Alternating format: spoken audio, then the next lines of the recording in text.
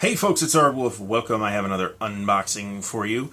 This guy is, with my recent, not really that recent anymore, but relatively recent anyway, in terms of me as a wargaming hobbyist, interested in Napoleonic stuff, I thought I would try and run down a Age of Sail naval game. And of course my first thought was, well, I really ought to probably try and scrape up a copy of Wooden Ships and Iron Men from Avalon Hill, but then I thought, well, that's going to be hard to find. It's relatively expensive. You don't know what you're getting unless it's a sealed copy and all that extra work and hassle, potential hassle anyway, that goes with buying an out-of-print game. So I figured I'd take a look at something new, or newer. Now this is actually out of print as well, and this is something I, again, poached off the shelves at the local gaming store, knowing that it was out of print. So this is Flying Colors from GMT by Mike Nagel. This particular version is out of print, but there are a couple of modules which I believe are standalones for Flying Colors that cover other corners of the Age of Sail that are in print. Serpent of the Seas is one of them. One of them deals with the Russian Navy in the Age of Sail. I know absolutely nothing about what the Russian Navy was up to in this period. So I'm not horrendously interested in this. The scenario book and rules for Flying Colors are available on GMT's website, so I've looked at it. I have a pretty good sense of what I'm getting here. But let's open her up and see what we get. According to the back of the box, we have 4 counter sheets, 3 full-color maps, a rules book, a player aid card, a set of status charts, and a die, and we've got the typical GMT jazz on the back here. Complexity 5, according to them, on their 1 through 9 scale. Solitaire suitability 7. I don't have an opinion on that, but I certainly don't think it's particularly unsuited for solitaire play. So, nor do I know what the Vassal module for this looks like. So, if you're curious, I am not the person to ask about that. So let's see what we have here. Once again, I know some folks are lukewarm on Roger McGowan's covers, but I tend to like him personally, and I like this one in particular. So, once again, their box is hermetically sealed. And we have here a rule book in black and white matte finish. Looks like 24 pages. So, what we got here is what looks to be 15 or 16 pages of basic rules, and then some other options. Optional rules. So 16 and a half pages, 15 and a half pages of rules. And then there are initiative cards, decks of initiative cards, which are available with Serpent of the Seas, Flying Colors Volume 2. Okay, well, we don't have those, so this is the version 2.10 rulebook, so that explains why that's a little ahead of where we're at with this particular copy. And here we have the playbook. I believe there are 17 scenarios in here, something like that, including some fairly big ones. This isn't a ship-on-ship game. It is a fleet-on-fleet game. So even like the small scenarios like this one, I know there's some British, there's some Americans. We'll take a look at the counters in a minute here. Rather like the way the scenario book lays out the scenarios, but the scenario book is also 24 pages, and it's pretty much 20 pages of scenarios or so. And we've got a bibliography on the back here, and acknowledgments. Several games and their designers who've had a direct influence in the creation of Flying Colors. Flying Sail, Close Action, War Galley, Wooden Ships and Iron Men not mentioned, actually. It is considered a classic. We do have a Flying Colors status sheet pad, which looks like it is for keeping track of damage for the various ships in your fleet. There is a pretty sturdy cardstock player aid card. Faring versus large vessels and small vessels. Now, I wouldn't say I'm like know the rules to this. I've looked them over. It's like another copy of the same player aid card. We have some counter sheets, which we'll look at in a moment.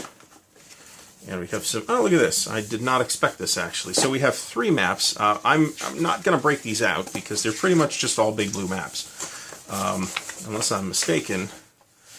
I mean, there's some like shallower sea and some deeper sea here, but pretty much they're all just water. They are single-sided, which surprises me a little bit. We got a wad of baggies here, which will go in my now ample supply of GMT baggies, and we have one of these box inserts, which I sort of unexpected in a GMT game of this size, but which some people might want if they are storing those cards from one of the expansions in there. So let's take a look at the counters. We have 4 counter sheets here, and these are 1/4 inch by, or 1/2 inch by 1 inch counters, for at least for the big ships. I would presume the red to be British. We have the Royal George, so that sounds likely. These are some Danish ships down here. We have what appear to be some Dutch ships, so we might have some of the Anglo-Dutch wars going on. This is the thicker GMT brown core stock, by the way, which I personally prefer. Over here we have most of the sheet of French ships in blue, Spanish ships in yellow, and a few more Dutch at the top. These appear to be markers of some kind, possibly to represent damage, or at least damage to sails. Adrift markers, disoriented markers, or dismasted markers, command split, markers for wind direction. We have some more 1/2 inch markers down here. These appear to be leaders. Yep, it certainly does. So we have British leaders, more British leaders, some what I take to be Spanish leaders, Dutch leaders, some French leaders, some manpower. These I take to represent Marines. Like I said, I wouldn't say I know the rules. I've given a quick once over and looked at the scenarios. Grappled markers. So nice counters. Don't see any weirdness with these counters where I encountered with Normandy 44, for example, which was on the thinner stock. I encountered some oddities with the counters and with the die cutting. So I would say that for the price, you got a lot in this game. Now this is going to represent, to touch the subject of storing this thing. That's a great question, how that's going to work. I'm probably going to ditch the insert. I just don't see where I'm going to have room. I'm probably going to put these in counter trays. So is my thought anyway. Maybe not. Maybe I'll just bag them by nationality. So we've got basically 4 nationalities here. I thought there was American stuff in here too, but if there is, I'm missing it. We got 2 counters of ships. British, Dutch, French, and Spanish, and that's pretty much, and Denmark, and that's pretty much it. So possibly there isn't, maybe that's in one of the expansions that I may have glanced at some point. We've got some fired markers here. So nice looking game. I want to get this on a table. It's of course scenario-based, scenario-driven game, so I would imagine that there's some smaller scenarios available, and that it's not necessarily a major engineering feat to get a game of this going. So I look forward to that as usual for GMT. We've got some cool little historical info blurbs on the sides of the box, which I always think is pretty cool. The fiddle. Some officers would, when off duty, would pass their time playing music, practicing their fencing, or reading books.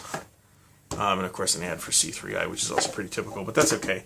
C3I, if you buy a lot of GMT games, and I do, is generally worth having. And in fact, at least one of the C3Is that I have has some extra counters, if not for Flying Colors itself, for one of the expansions. So Flying Colors, take a look. We might try and do something with this on the channel, if not with physical components, with Vassal. So hopefully you've enjoyed this. Please check out the channel. There's more unboxing videos.